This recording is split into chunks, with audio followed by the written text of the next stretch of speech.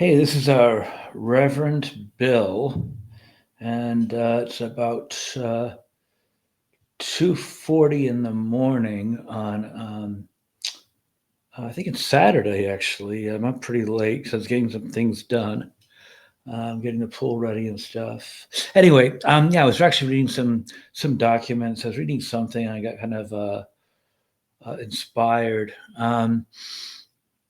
I was reading something Aquara, I guess what's it called, Aquara, I guess. Anyways, a little interesting. Somebody was commenting on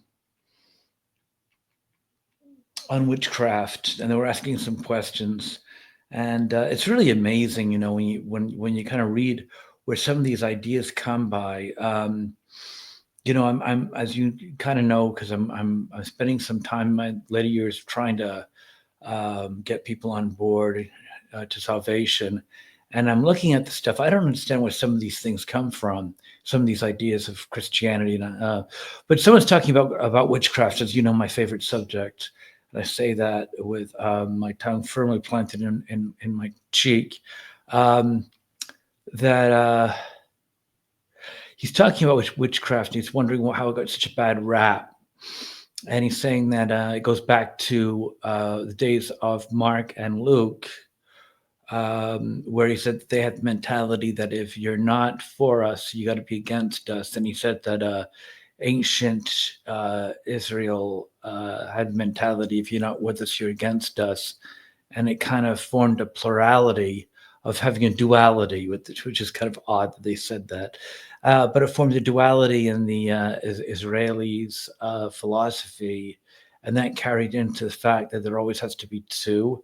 There's got to be a heaven and there's got to be a hell, and therefore, if there's got to be magic, there's got to be a good and there's got to be a bad, and they don't allow for any kind of good magic, that there can be good magic, because they always got to assume that there's a duel, and if there's good and there's bad. This is nonsense. I don't even want to read it. It's absolutely, someone who's completely left the farm. They don't understand how this world, first of all, this assumes that the world is a permanent place. It's not. I mean, there's no, just going to give a quick, I'm going to repeat myself quickly, because it's really my mission is to kind of just clear up minds that don't understand what's going on here. This is the earth is not the final resting place for us. This is just a place where Jesus put us till the final day of the second coming. He's made that very clear. There's been no point in time where during Jesus' visit here, and he was very clear with everything he said. He never said anything about us being here permanently. So there is no end game for us here. It's always been about the second coming, the rapture. That's it. So there's no end game here to be saying. There's no logic. There's no reason. There's no there's no end game at all for us here. So I don't care about whatever. As far as that's concerned, we're just here waiting for Jesus for our reward, and we just got to wait for our Father, and we got to just live by His rules, which are not bad. They're very reasonable rules. This whole thing about you know, evil spirits. He doesn't allow for his. Look, the evil spirits, there are evil spirits. There's quite a few evil spirits on this earth. I have talked to them. I'm not a crazy man, by the way, at least not for that. You can think I'm crazy for other reasons. But no, I mean, there are. We know where they came from. They were the evil angels that came for Satan. I mean, we know where the evil came from. The evil got thrown out of heaven. It was thrown out by the Archangel Michael. If you guys want me to spend some time, I'm more than happy to go over that in great detail. And Sister Megan loves to talk about that. It's one of her favorite stories. She'll tell you all about that. We know that the angels that sided with Satan, that left heaven, they came to the earth. They had babies. Those babies were giants, and they were distorted. They became freaks. Some of them survived from the flood of Noah. They became the demons that are on the earth. There are plenty around us. They're all over the place. We can't see them. We know about them.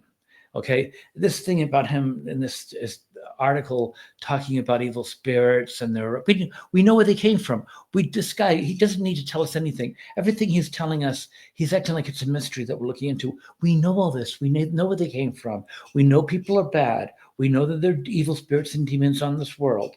We know all that. I don't know why he's trying to re-explain what we've already known from practically the beginning of as soon as Jesus resurrected. We've known all this. This is not new.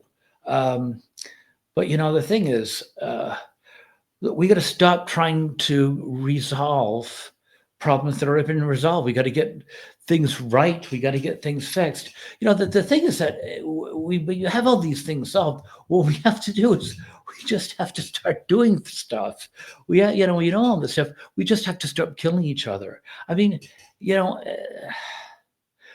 I really don't understand why people are still acting like we don't know how to fix things. Yes, we do. Yes, we absolutely do. I mean, you turn on the news at night, and I don't understand why it's happening, but you find that there are 35-year-old middle school teachers in Oregon, and they're molesting children. Well, that gives no thought to anything. You should do sometimes? Turn on the news and just pretend that you're in charge of the universe, okay? And that this is your world. That's not hard to stop. You just say, don't do it anymore. I mean, we know how to fix things. We just don't. We're too busy talking about it. I mean, a middle school teacher molesting her students. That's not hard to fix. There's a million reasons how to fix it or ways how to fix it. We know it's wrong. We just don't fix things. A priest molesting little children in the rectory. That's not hard to fix. This no studies need to be done. We don't need to set aside $2 million at MIT to study this.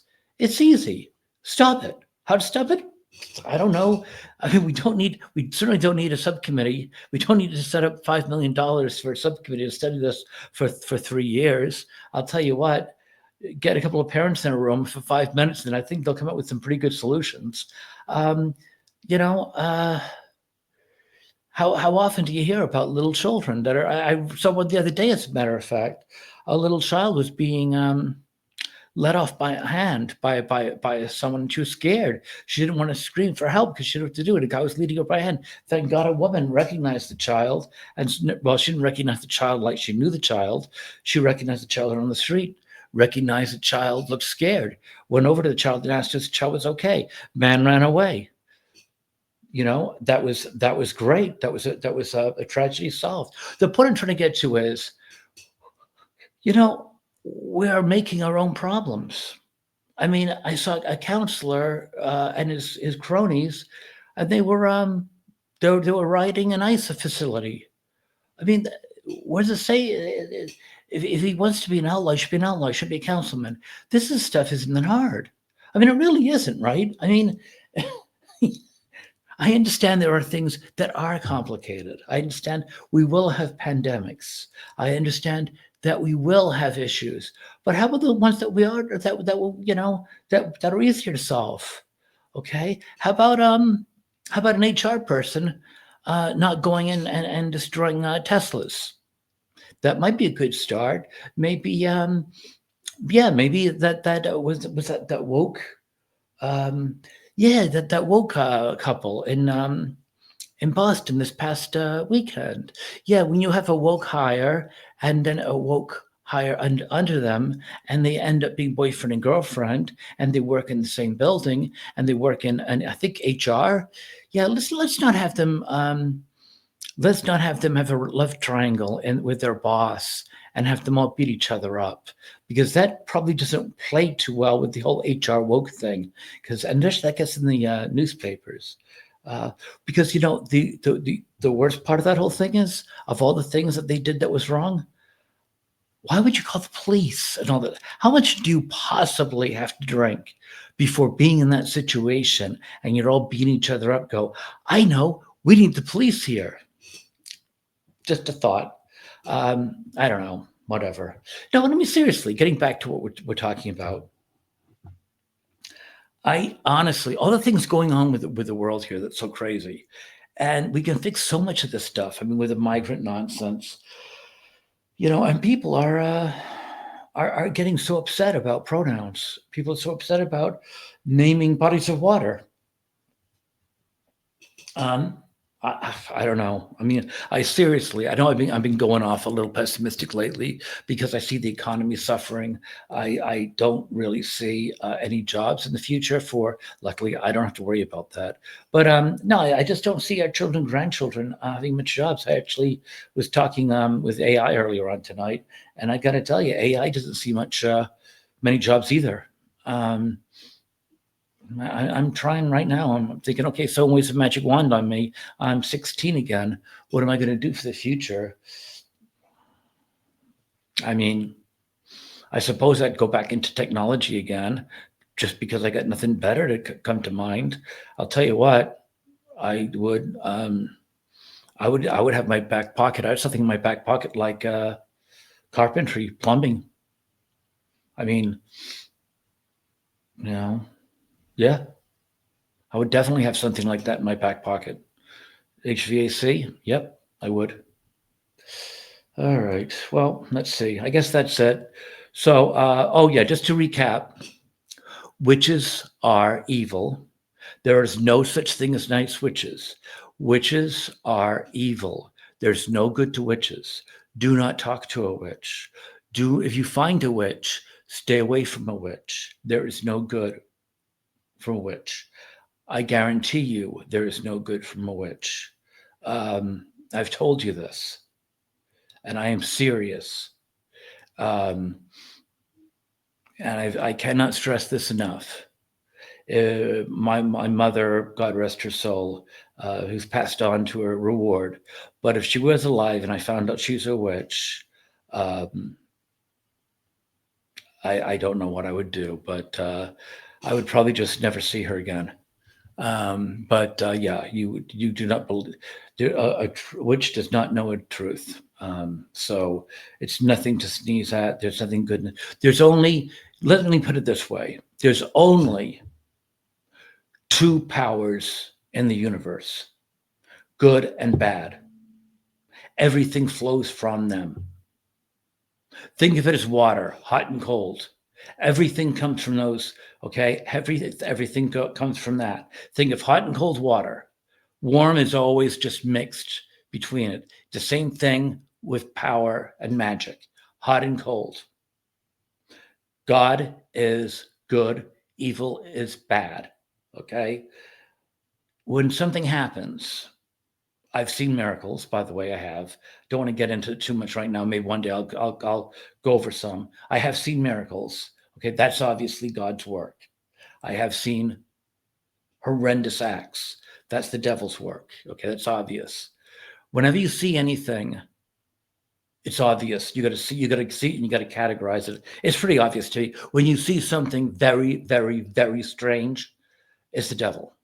When you see something very beautiful and strange, it's very simple to see. So when people start talking about things like, lotto tickets or tarot cards, it's not the Lord. And this guy, what was he talking about? He was talking about something to do with luck or chance, or Jesus is not having his hand in tarot cards or anything. Or if it's anything to do with gambling, or what was it when I saw it? Kim Kardashian's mother was selling something like witch candles. Yeah, yeah. Jesus is not helping you with your witch candles, honey. Sorry.